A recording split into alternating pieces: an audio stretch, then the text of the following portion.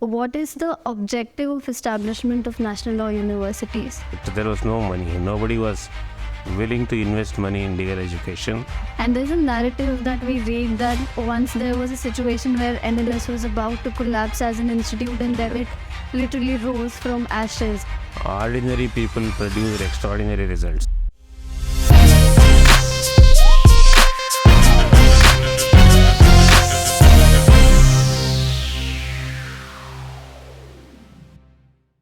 Good afternoon, sir. Good afternoon. I firstly seek to express my sincere gratitude to you and to the media committee for giving me this opportunity. In order to bring the viewers and audience to context with what we are about to discuss, this is an interview with the Honorable Vice Chancellor vis-a-vis his views on the establishment of national law universities and what's it that sets these national law universities apart from other universities, and some ancillary questions and his insights on the same. So let's begin with the interview. Foremost, sir, I want to ask you, what is the objective of establishment of national law universities? Yeah. Because we see that there are multiple national law universities that have their objectives set out in a more or less similar way, but there's some distinctness associated with every university. So I want to understand what's the foundation of that similarity that comes.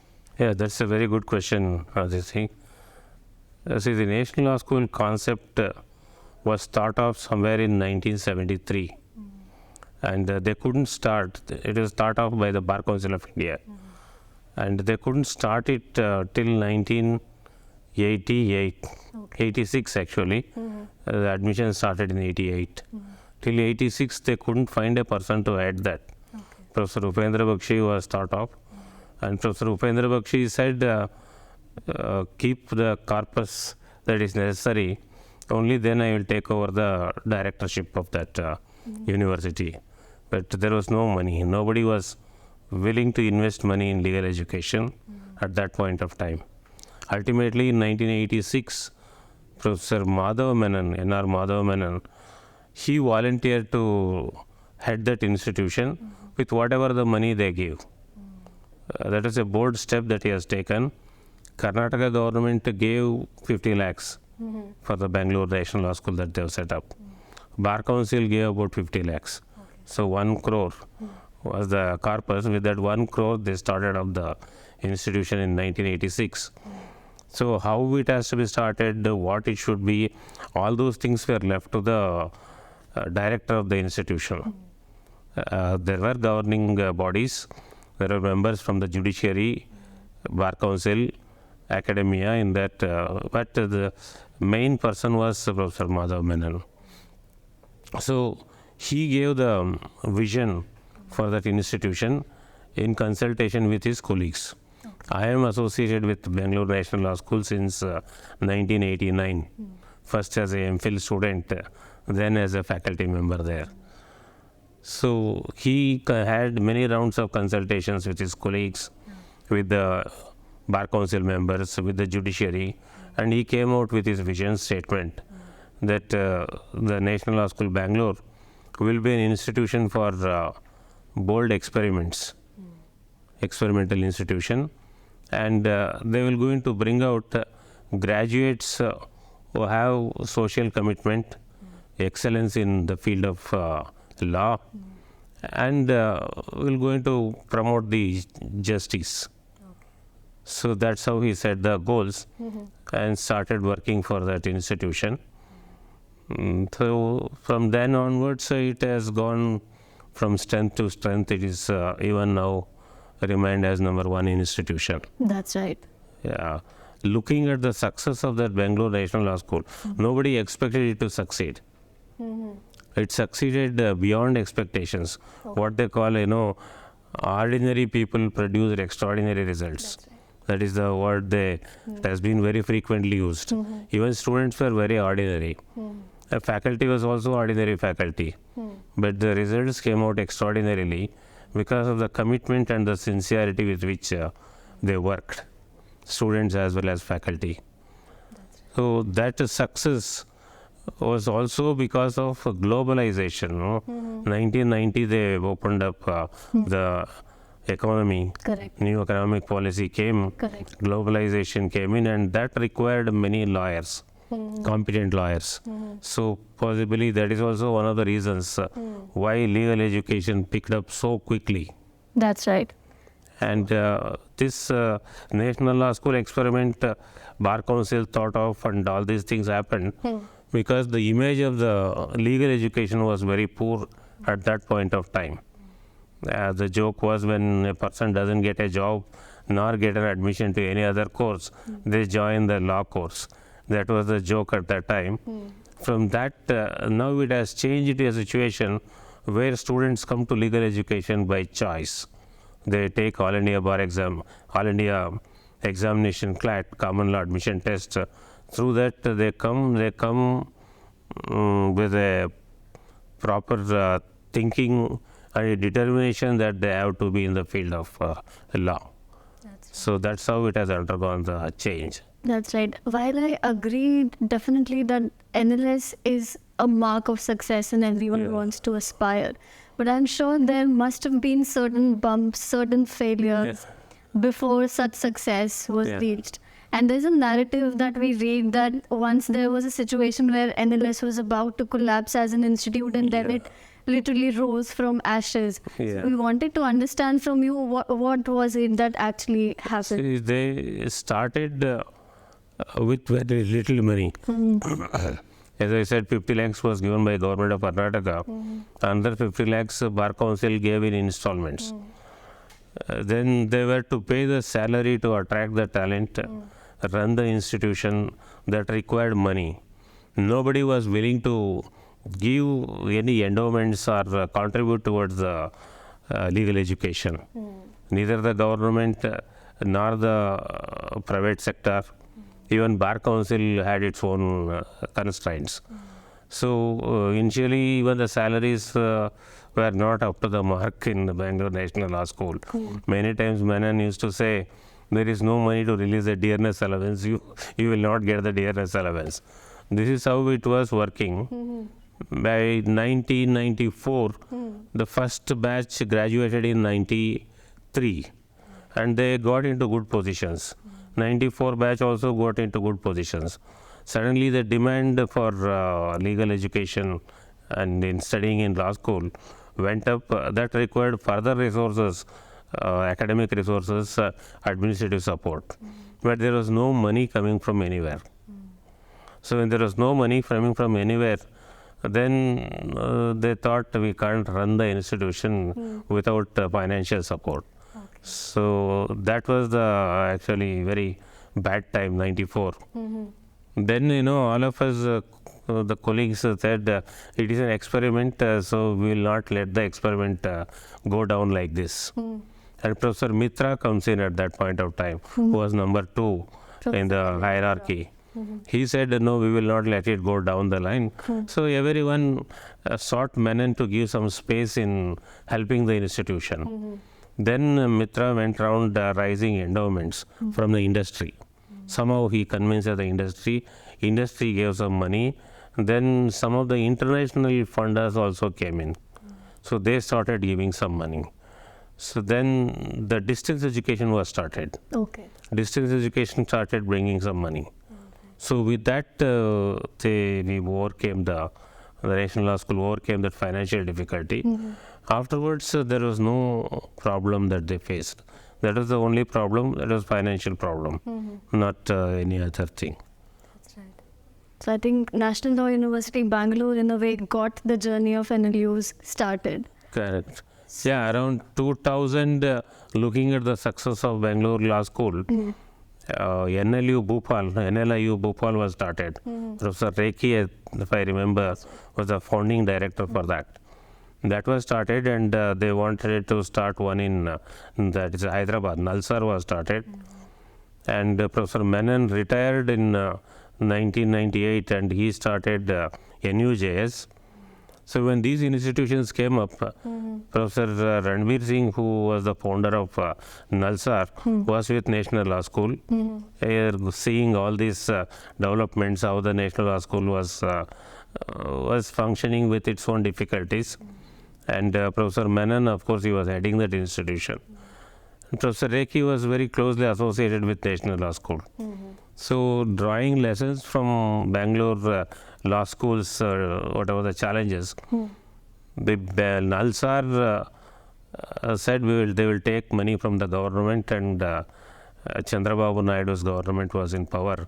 They were very generous in supporting NLUs. So that's how NLUs started off with a very good infrastructure, no financial problems. Even today they don't have any financial problems. NUJs, financially they had some difficulties. As Menon had this principle, we will not take the money from the government. Then there will be all sorts of inroads into legal education standards. So there were some difficulties. NLU, Bhopal, I don't think there was any such difficulty. So when these institutions started and they were doing well, 2001, I think the 122nd Law Commission report came out. Justice Jagannath Rao was the chairman of the Law Commission at that time. He studied the success of, that report is on legal education in India. He studied the legal education from the beginning, British time. From British time till the Bangalore National Law School establishment, how the National Law School succeeded. And then he wrote in that report, every state will have to have one law school at least, so that legal education standards improve and justice delivery system also improves. So that's how the report came. Once the report came, then many states started having the law schools. Kerala started having one, and other places also they started having the law schools.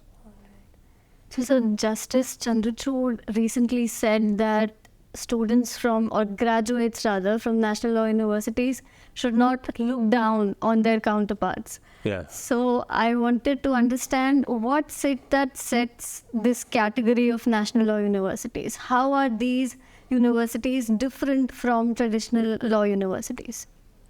See, traditional law universities, the exposure is limited. They are more of a local colleges, like other than Delhi University, some of these central universities, they are getting students from various backgrounds from different states. Otherwise, the private institutions, they are all local, and the exposure is limited, and the type of legal education is also different. And the end of their course, once they get a degree, they were not getting any jobs. They were getting into practice with all the difficulties they were doing practice. At national law schools, so many law firms came up at that time. Many of these multinational companies wanted to have their legal departments. So they got jobs, and where the salary at that time was around 1 lakh to begin with. Now actually there is it has come down a little because of competition. Otherwise, in 93, 94, the salary was very attractive. Even the All India service officers used to be jealous of this. So that's where that feeling that national law school or elite law schools, graduates coming there are really extraordinary.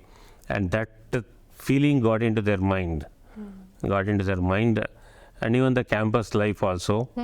So with that, they were looking down upon the others. Now the present Chief Justice is using that statement, should not look down upon the others.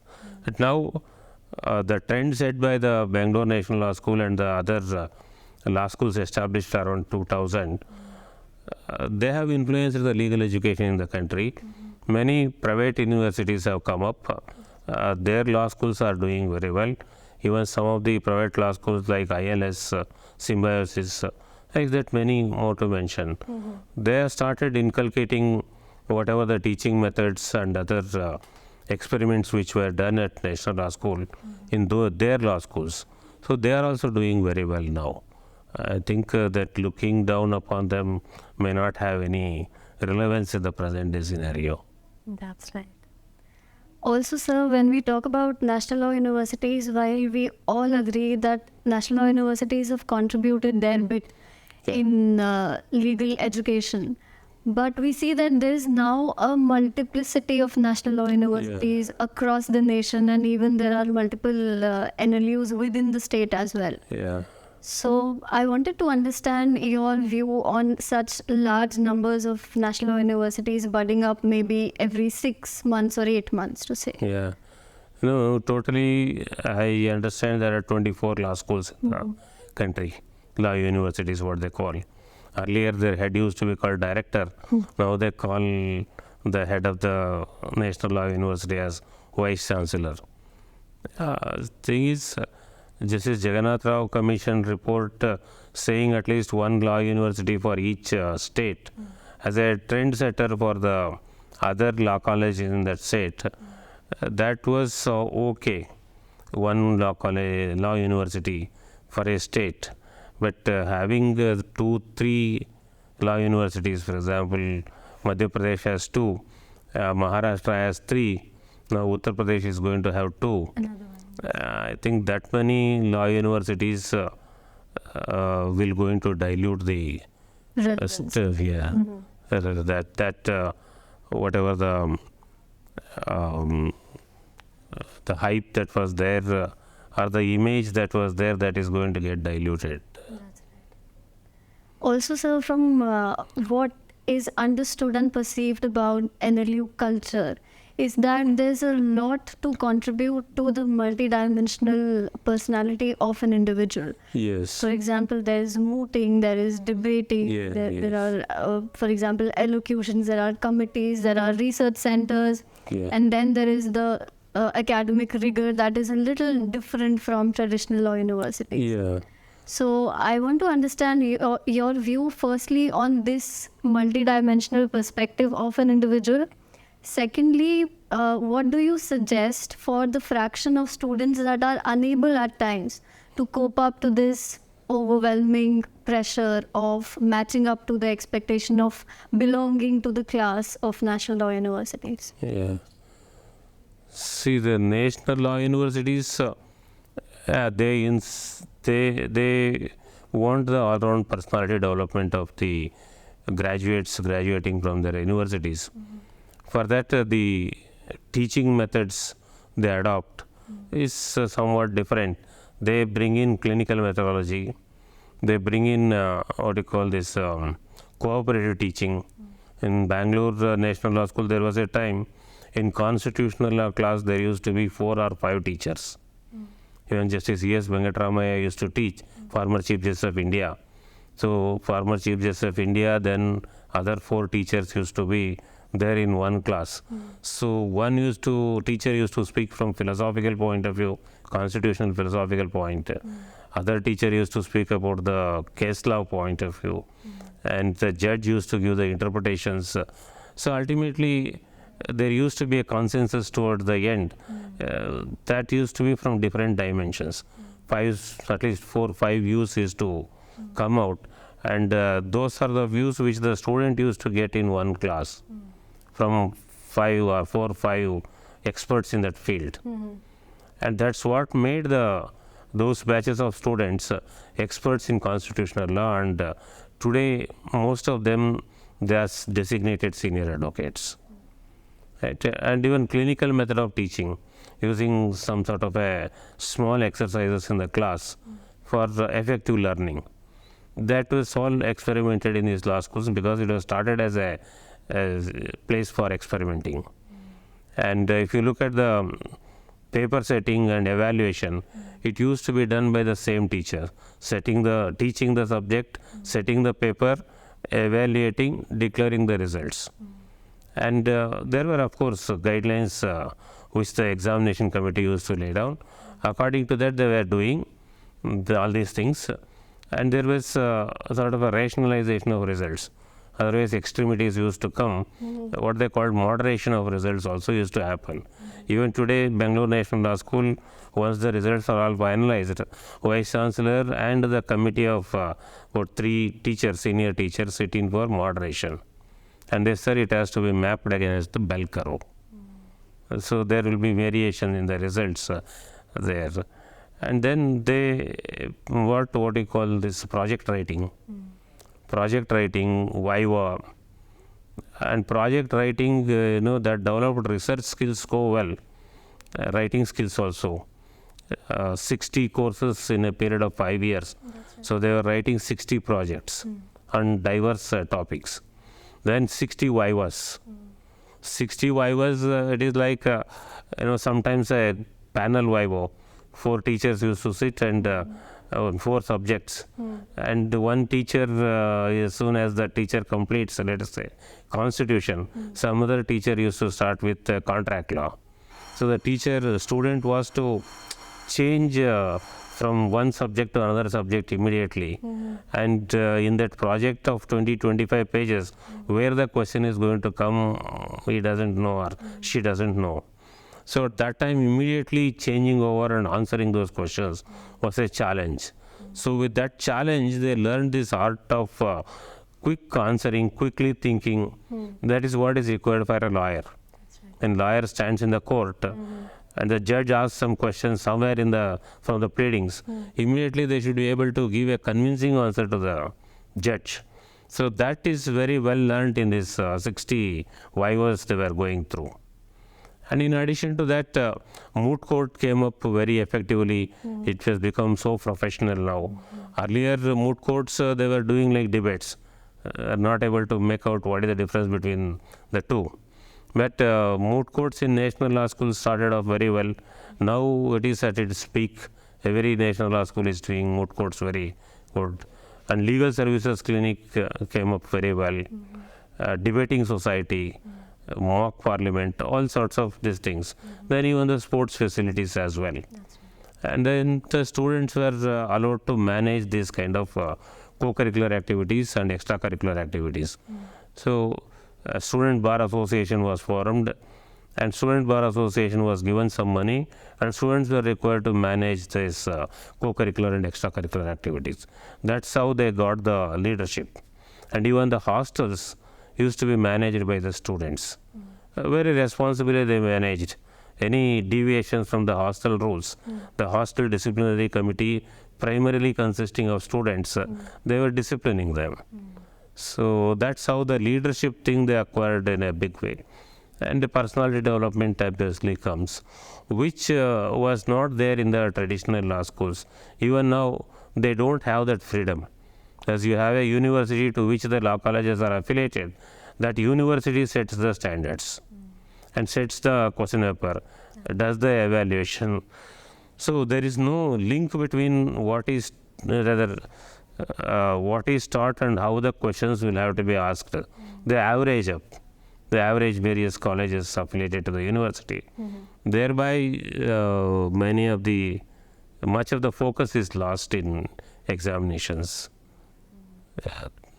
That's right. And also, sir, my second question is that at times I also observe across batches that there is within every batch a certain section of students that can be very easily identified and that are not very, very comfortable with this overwhelming nature of personality development. And perhaps they would choose, for example, to moot or to write or to excel in academics, but they are somewhere within their comfort zone and are rather restricted. So what should be suggested for those? Yeah, we have that kind of if I can use this word, some sort of introvert personality, like, pardon me for using that, something like that. They want to be for themselves. Yeah, that's a diverse universe. We have that kind of people also. So they have excelled in writing novels, some creative work on their own part. In fact, one student, he got second rank or so. He didn't go into law firms, he didn't go into law practice. He's writing novels. That's great. And then one more student from Chennai, she was also topper.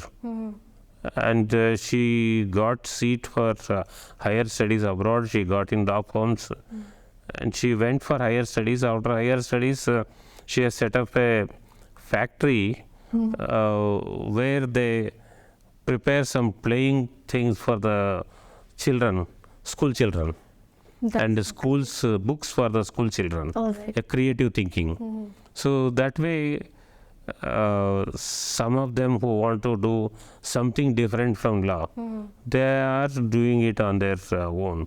Some have gone into what do you call this, NGOs. NGOs in Gujarat, there is one lady. She has established the NGOs in such a way throughout the country. It's a very well reputed NGO work she is doing. So like that, they are getting into diverse work. But those people are also there who doesn't want to go with the mainstream doing all the activities. They are to themselves. So for them, of late they are organizing some sort of a small clubs, poetry club, some sort of a music club. So these things they get involved. So that it may not be what popularly is perceived as full-fledged personality development, but they develop their personality in their own way. That's right, and I definitely agree with you that diversity is something that National Law University offers. And that actually takes me to my next question, which is that while we agree that there is diversity, and there are certain students that take an immense amount of pride in saying that we are comfortable with maybe one language or two language, but not in the sense the universal language of law, which is English. And at times, my individualistic perspective is that it's important to excel in language first in order to understand law in the holistic sense. So I think there has to be certain degree of understanding of English language as well. Otherwise, I think there is a ceiling where you restrict yourself to. For example, you might very well identify that there is district court for you to function, or maybe high court to some extent, as we had a discussion that day. But at times I think it's important to understand the language and to certain degree reproduce that as well in your articulation. So how do you see this? Very true. Language is very, very important in lawyering, whether you are a corporate lawyer or you are practicing in the court, or even if you are giving only opinions. And trial court or high court or Supreme Court, irrespective of any forum where you where a lawyer is practicing, language is very, very important. As this person has to understand and comprehend what the client is telling, then put it across to the judge, whichever the forum, put it across to the judge in a polite and convincing way. That needs real mastery over the language. And we have that tradition of British education, British rule, which brought in English education. And given the diversity of languages in India, English is accepted as a popular common language. So if you look at the high courts, Supreme Courts, submissions are made in English. And today, more than high courts and Supreme Courts, law practice is getting is very lucrative in corporate world. Corporate world, the language is English only. So a lot of work is there, a lot of money is also there, and status is also there. And for that, good English is required, not just some amount or level of English, but good mastery is required, as you have to negotiate with lawyers from across the world in corporate field. That is liberalization. Most of the countries have gone into liberalization. So you have to negotiate with all the investors, and English becomes the language. And even if you go to trial court also, local language is required, but at the same time, if you know English, you can manage that. Yes, and nowadays civil judges have started writing their judgments in English, and there's a certain trend that we see which is inclined towards acceptance of the English language. Languages, at least one is English, another one local language. Lawyers must be good at that. As the very profession is built on the fluency and efficiency of the language. Well, otherwise, see, if you look at a medical profession, it is the skills that matter more than language. Engineering, it is the skills again. That here, it is the communication skills. So English, they have to know. But of late, we are seeing this problem of regional languages being promoted. Even UGC is thinking about that. Bar Council also is considering that whether it can be, that law can be taught in regional languages. Yeah, it can certainly be taught, learned, practice also can be there in regional language. But if you want to be a full-fledged, effective lawyer, English is required. That's right. So since you have witnessed many generations of students, which means many generations of lawyers as well, I want to understand what is the generational change that you see here. Generational change is there, and it is bound to be there in all walks of life. And legal education also, it is there. I remember the first batch of LLB students at BA LLB students at Bangalore Law School. When they were in third year, I taught them labor law, first batch. And I have seen the way they were conducting themselves, the hard work they were putting in. And that was something extraordinary. They wanted to prove something. They were coming from possibly middle class families. Fees was also low at that time, not this much. It is quite low at that time. Now the fees has gone up. Almost all the law schools, it is somewhere around 2 lakhs per annum. So the law program was not popular at that time still. It is still it was still the engineering, medicine, this kind of things. But the students, average students who came, they worked hard, sincere, committed to whatever they did. And in course of time, when this law graduates started getting lucrative jobs, so everybody wanted to become a lawyer. That's a sort of a what you call the popular movement drive. There's a popularity of the law course because of the lucrative jobs. Now so many people, they are writing competitive examination, the clat. Coaching centers have also come up. So now there is some sort of a feeling, may not be a healthy feeling, students feeling that after all we pay, and out of the fees we pay, the teachers get their salary. That's rather unfortunate. And when it comes to that hard work which used to be there earlier, computers, all this technology was not there maybe 20 years back.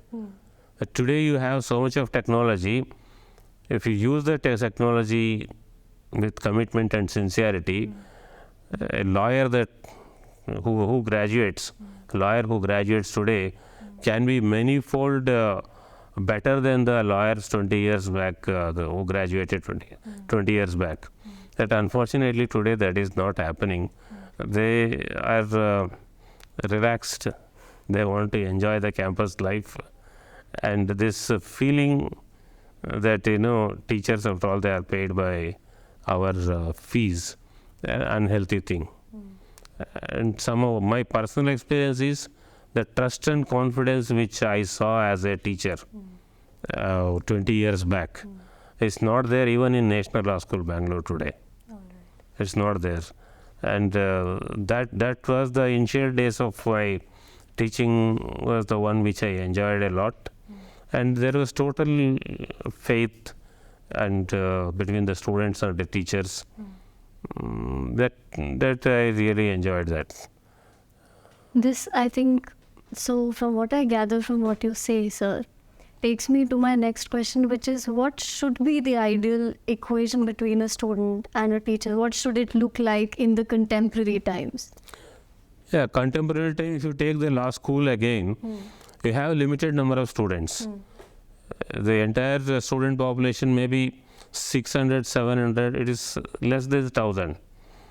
Less than 1,000 when it is that limited number, there must be good interaction between the faculty and the students.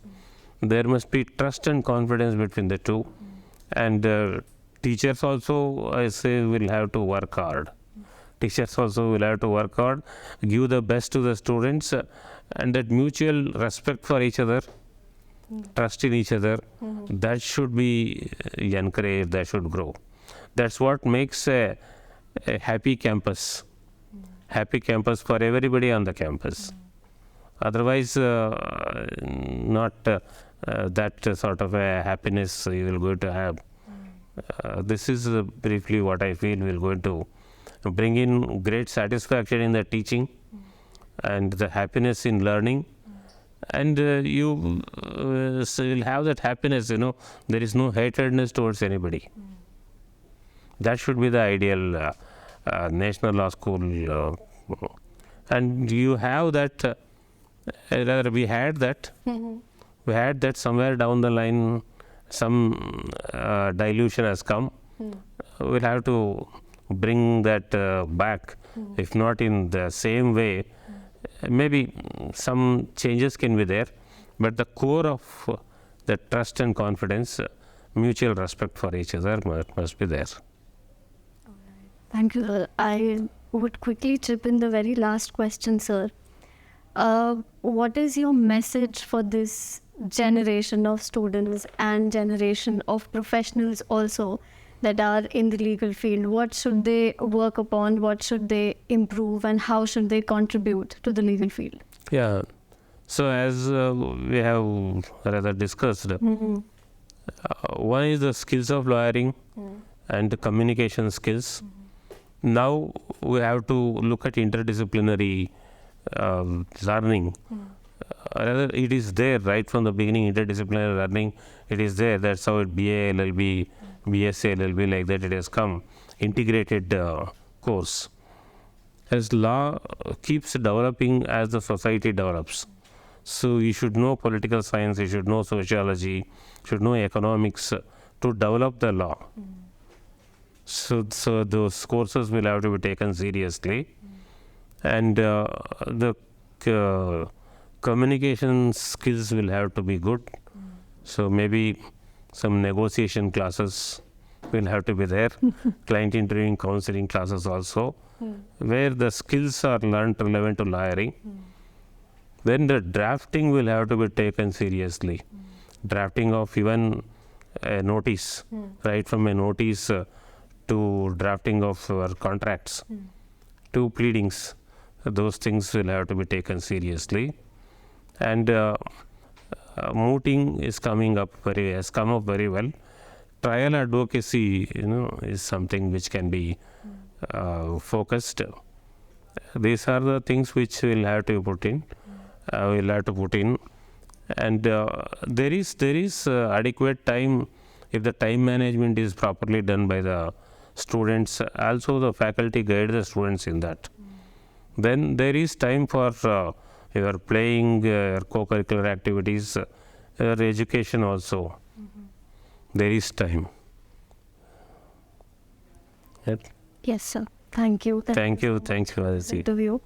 And to my viewers and audience, rather our viewers and audience, I'm grateful to the Digital Media Committee for setting this up. I hope that I could convey the right message across, and the wise words of our Honorable Vice Chancellor were delivered to you well. And many thanks and gratitude to all. Thank you. Thank you very much. Thank you.